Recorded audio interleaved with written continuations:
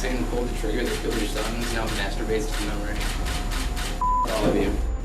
From shocking outbursts to the most disrespectful comments, it's one of those moments where you almost feel like you're watching a movie, but this is real life with real kids about to leave you speechless. Let's get started. TJ Lane. When convicted school shooter 18-year-old TJ Lane walked into the Geauga County Common Pleas Court for his sentencing, the last thing anyone expected was the shocking act he would immediately pull off. Satan pulled the trigger that killed your son, now masturbates to memory.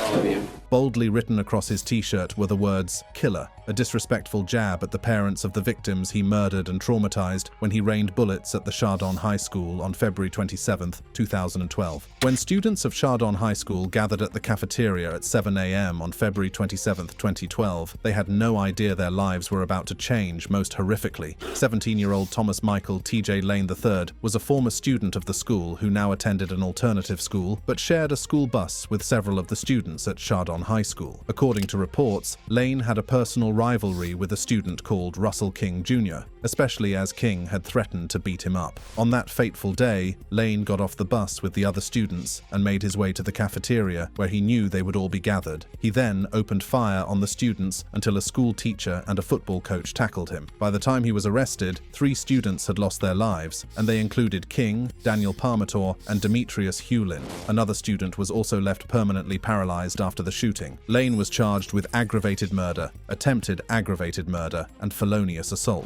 You'd think the gravity of the charges against him would cause him to feel more than just remorse, but it was in fact the opposite. On the day he was to be sentenced, he stunned the court when he walked in wearing a t-shirt with the words "Killer." Moments after entering the courtroom, Ohio school shooter TJ Lane took off his shirt. Underneath was a t-shirt with the word "Killer" handwritten on it. It was similar to what he was wearing when police arrested him in February of 2012 after he opened fire in the Chardon High School cafeteria in northeastern Ohio. Like that wasn't enough, he had a sadistic smirk on his face all through the victim impact statements. If I had my choice, you would die an extremely slow, torturous death. You don't deserve to take another breath while my 16-year-old son Danny lies in the cold ground because of your disgusting, selfish, and cowardly actions. When asked to give a speech, he also had the vilest words for the families of the dead victims. Satan pulled the trigger that killed your son, now masturbates to memory. All of you. In the end, TJ Lane was sentenced to 3 consecutive life sentences without the possibility of parole. Lane wasn't the only teen to have a shocking moment in court. Our next kid would eventually go viral following her astonishing reaction to her sentence. Kyandria Cook. Kyandria Cook's reaction to her sentence of 20 years remains one of the top court reaction videos to go viral.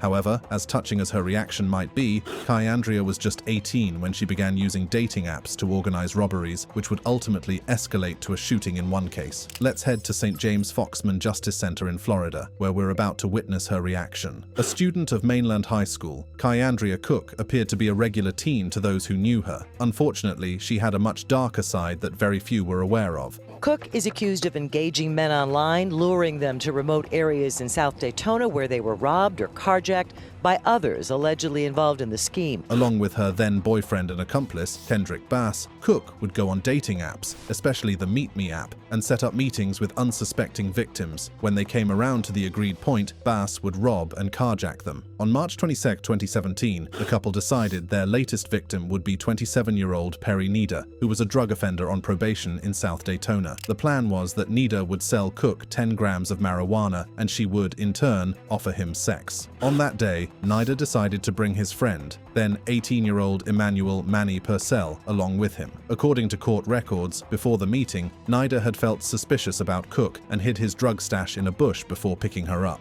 She drove with both men until she claimed she had to get money first. As soon as she left, Bass, now masked, jumped into the vehicle and pointed a gun at Nida, attempting to rob him. However, Purcell got into a scuffle with him and pushed him out of the car, which caused Bass to fire his gun twice at him, the bullet striking Purcell in the stomach. Just the next day, Cook carjacked another victim the same way, but was ultimately arrested on April 27, 2017, for both incidents, while Bass was arrested on January 26, 2018, for his charges. She was charged with carjacking and attempted carjacking with a deadly weapon, as well as aggravated battery. Now, let's jump into her viral court moment. The thing is, Cook's defense attorney has promised the teen and her mother that she would not go to prison. However, there is no doubt in my mind. I thought I was going home.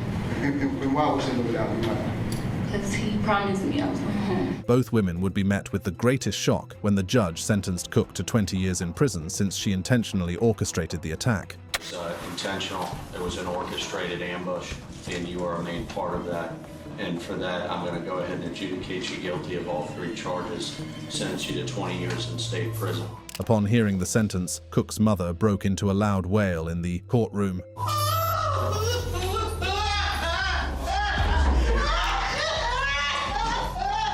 Concurrent as to the first 2 counts. This caused Cook to be emotional, and the courtroom soon turned chaotic. Charges. All fines and costs.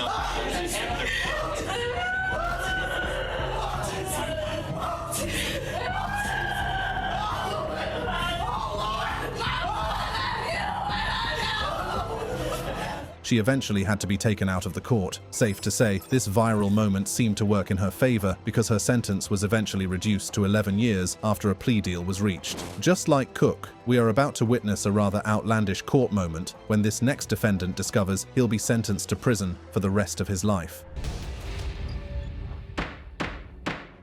Shawndell Jackson.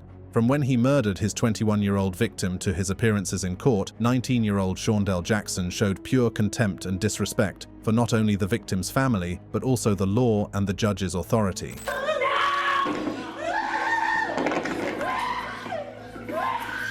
One would think this constant show of bravado meant he had no care in the world until his sentence was announced. Let's head to Milwaukee County Circuit Court in Milwaukee, Wisconsin, where this dramatic scene unfolds. In July 2009, 21-year-old Nathan Potter, a student of the University of Wisconsin, was walking back to his apartment off campus when he was accosted by 2 thieves, one of whom was then 18-year-old Shawndell Jackson. 21-year-old UWM student Nathan Potter was shot to death in a robbery last July as he walked to his River West apartment after a night out. He wasn't carrying any money. Seeing that Potter had no money on him, Jackson angrily shot him to death and escaped the scene. However, he was arrested not long after and was slammed with a first-degree intentional homicide and attempted robbery charge. The gravity of the charges should have proven just how serious the case was, right? Well, it seemed all of that didn't matter to Jackson, who showed no remorse or sympathy during the trial. He would make snide remarks, smirk, and at some point had to be sent out of the courtroom because he was being extremely rude. What makes his behavior particularly shocking is that his mother, during her testimony in court, claimed her son was not a monster, and even his attorney said he did what he did due to a lack of impulse. When I saw it on the news, I even cried. I'm like, oh my God, I can't imagine what that mother is going through. I never had a clue that my child had anything to do with it. My son is not a monster. He is not a monster. Well, his actions from the day of the murder right down to the sentencing hearing proved otherwise, and Jackson was about to learn his lesson in the most serious ways. Jackson was sentenced to life in prison, and that was when all hell broke loose as he got so enraged that he hurled expletives at the judge and attempted to leap over the bench.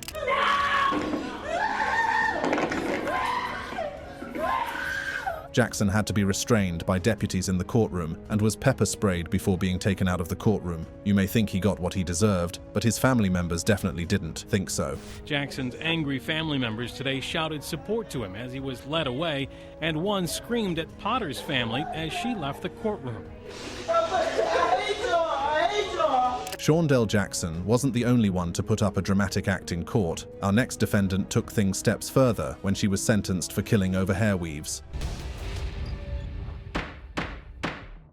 Shelby Isaac. At Shelby County Isaac Criminal Court in Memphis, 20-year-old Shelby Isaac turned the courtroom into a mini circus when she learned her fate.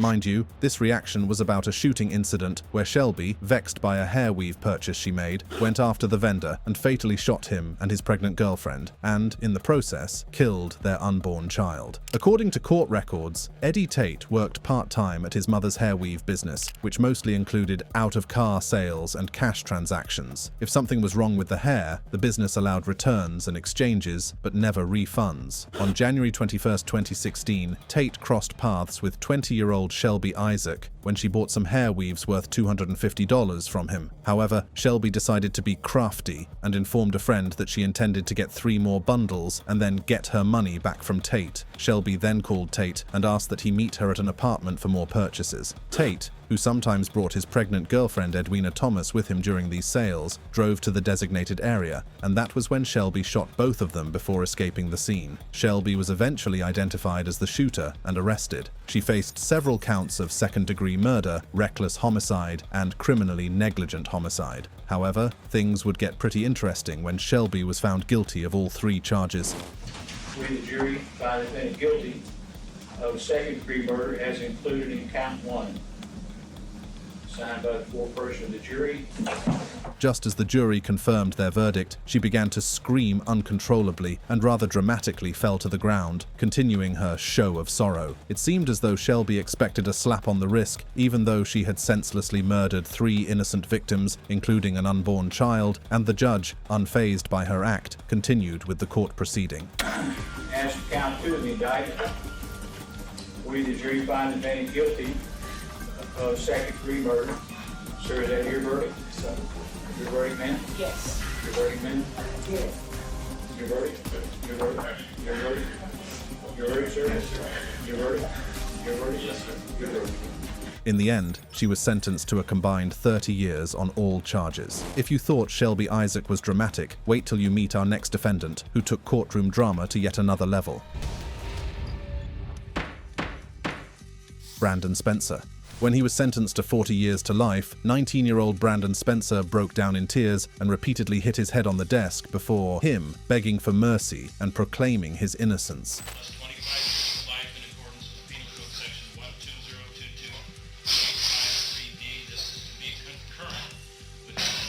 However, Spencer wasn't in court by chance. He was said to have been involved in a university shooting that could have left 4 victims dead. Take a seat at Miami-Dade Circuit Court, where the details of this case are being discussed. On October 31st, 2012, on Halloween night, a student association at the University of Southern California organized a Halloween party that 19-year-old Spencer and his girlfriend attended. All of a sudden, gunshots rang out, and everyone scattered. In fact, the entire campus was thrown into pandemonium. Like every other person, Spencer also ran, but was stopped by the officers from the Los Angeles Police Department and taken to the station for questioning. Just 4 days later, he was charged with 4 counts of attempted murder as 4 people were wounded, even though no one died. Prosecutors argued that Spencer was the one who carried out the shooting in retaliation to an August 2011 shooting where he was shot in the stomach by a gang member. Spencer, on the other hand, claimed he was innocent and was not part of a gang. Indeed, he was a smart kid from a well-to-do, supportive family, already had a great job, and was even getting ready to enter an EMT program. Whether he was a gang member or not was highly questionable, especially as his family, friends, and even the former mayor of Inglewood vouched for Brandon.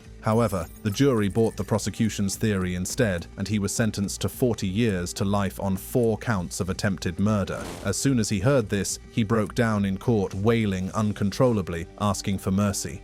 I'm sorry for what happened, Your Honor, but he's a likely person, and I'm not a bad person, but I made mistakes. But I'm not just some gangbanger that she tried to portray me as.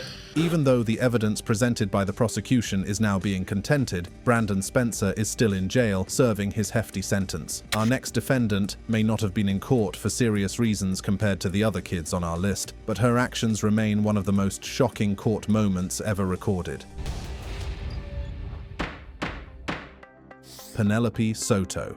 At first glance, 18-year-old Penelope Soto appeared to be a cute, misguided teen who was simply having fun in court. However, things would take a different turn when she decided to mess around with Circuit Judge Jorge Rodriguez Chomat at her bond hearing. Count 1 would be 10,000. Are you serious? I am serious. Adios.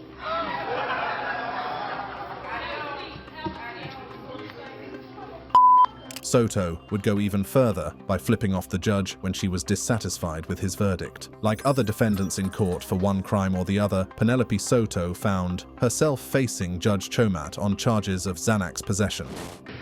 Morning, Soto. You're being charged with possession of Xanax. B-A-R-S. I don't know what that is. What is Bars. Xanax bars. That's how they're referred to. Xanax bars. All right. As the proceedings unfolded, the judge tried asking Soto questions about her financial situation, perhaps as a way of deciding how much her bond would be put at. However, perhaps used to getting off easily based on her doll-like behavior, decided not to take the proceedings seriously, and this, as expected, put the judge off. Well, how much would you say your jewelry is worth? It's not a joke, you know. We are not in a club now. Okay, but it's, you know, Well, kind you of, see, you know, we but are not in a club. Be serious about it. I'm serious about Oh, it. you're You being just very. made me I can see laugh. you're serious, all right. You just made me laugh. I apologize. The judge, sensing she was just a young, misguided teen, appeared willing to move past it, but still, Soto continued to act like the entire proceeding was a huge joke to her and kept up with her now annoying doll-like behavior. It's all right. How much is your jewelry worth? It's worth a lot of money. Like what? Like Rick Ross. Huh? It's worth Ma'am? money. Have you had any kind of drugs in the last 24 hours? Actually, no. Seeing that she showed no remorse and was clearly having fun with her actions, Judge Chomat set her bond at $5,000, and that was when the courtroom was about to witness a rather dumbfounding scene. Shortly after the judge finished speaking to her, Soto nonchalantly dismissed herself from the courtroom, mumbling some disrespectful words under her breath. Okay, 5,000 on count one, and then the rest should be ROR.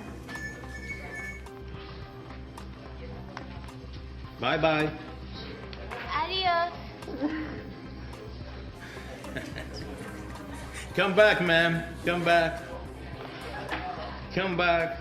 Seeing that she didn't feel particularly remorseful, the judge once again increased her bond to $10,000. Unable to contain her disdain, Soto shocked the courtroom when, in a rarely seen moment, she flipped her middle finger at the judge. Count one will be 10,000. Are you serious? I am serious. Adios.